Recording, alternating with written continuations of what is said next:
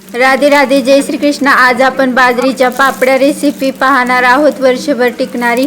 तर पहिल्यांदा मी बाजरी धुवून घेतली आणि वाळवली आणि ती मिक्सरमधून काढली आणि त्यानंतर मी ती बाजरी भरडलेली 2 दिवस भिजत घातली। तिसऱ्या दिवशी मी ती बाजरी काढली आणि तिची चिक काढून घेतला, म्हणजे ती बाजरी, आणि ते माप मोजलं 1 पातेलं भर आणि जिरेची फोडणी दिली आणि 2-3 पातेले मी ते पाणी त्यात घातलं आणि त्या वाटीच्या प्रमाणे मीठ मिरची मी त्यात घातली आणि तुम्ही पाहू शकता आता ते हलवलं आहे आणि हलवल्यानंतर आपोआपच ते घट्ट होऊ लागलं आणि हे तुम्ही पाहू शकता।